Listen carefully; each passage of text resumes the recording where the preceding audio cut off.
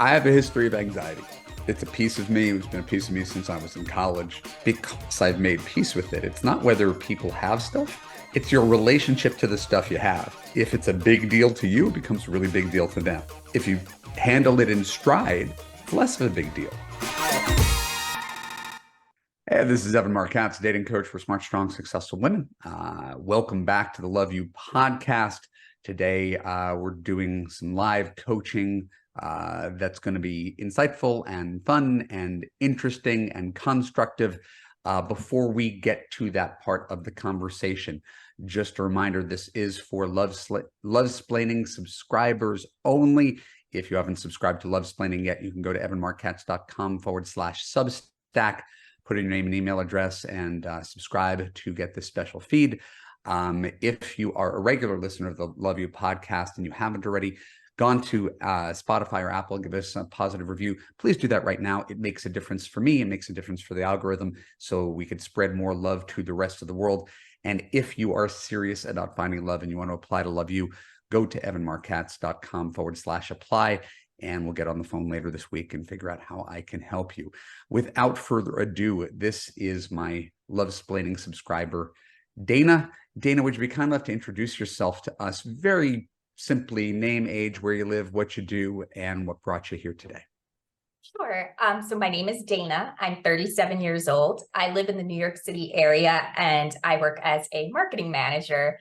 And I'm here today, Evan, just because I wanted to chat with you about navigating dating with disabilities, especially invisible disabilities.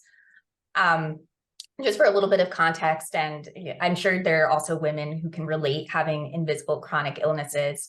I have a genetic connective tissue disorder, which also affects things like my cardiovascular system. It's like I have like a brain lesion. It causes like debilitating migraines, even on all of the latest meds. And it's like in other aspects of my life, I've been able to navigate things and just been able to, figure it out and have like an overall positive outlook. And what I'm finding with dating sometimes is like I push myself beyond, like physical limits. And I know that you've like stressed and I like some of my questions are more like pragmatic, some are more philosophical. But I think maybe the first thing is because I know that you have like great advice about how to navigate dating, online dating, scheduling dates. Do you have suggestions of maybe for someone who needs to like not go full throttle all of the time to kind of like how to divvy up the time or like what to focus on specifically? Well, listen, I'm sorry for all of the complications of the debilitating silent injury. Part of the reason I get to do this job is I've been through a lot of stuff as a single guy. There are things that I, haven't walked a mile in your shoes, and I could only sympathize, but I can't really empathize with what you're going through because I don't know what it's like. I don't know how taxing it is, which is why the question you asked to start is a little bit of a trick question, because you're kind of asking me to try to help set boundaries for you when you're the only one who knows what you can take or, what effect online dating at the way, at least I recommend it, what that has in you. All I recommend is people go online for a half-hour a day to talk to guys and go on one date a week.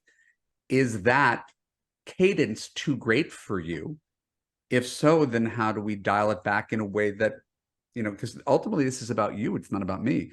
What would feel good to you where you could still have a foot in the door without taxing yourself to the point where it's actually draining your energy and hurting your life? And so why don't you share that with me? Yeah, Evan, I think you make a good point. It's not necessarily like being on the apps for, 30 minutes a day or doing the swiping. It's like, I feel like the part that gets a little bit more taxing or draining is like the multi-dating.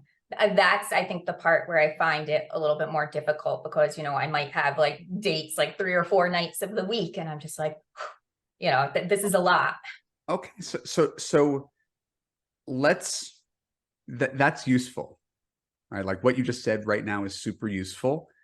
Let's do something that's kind of radical And if it doesn't feel right to you, let me know, because you're the boss. I'm just working for you. I think the problem is not the fact that you have this debilitating joint disease or whatever it is, even though that's very real. I hate to be a tease, but the full episode is for paid Substack subscribers only. So if you want to hear my full answer to all my reader questions, go to www.evanmarckatz.com/Substack to become a paid subscriber. In addition to that, paid subscribers receive the ability to ask me questions and get coaching on my podcast, an advice column in which I answer your questions, a podcast in which I offer you live dating coaching, the ability to comment on all posts and join the dialogue in the Lovesplaining community, and exclusive content that is unavailable to the general public. Just go to www.evanmarckatz.com/Substack to join for free and upgrade for all the bonus content. Thanks, and I look forward to seeing you in the Lovesplaining community.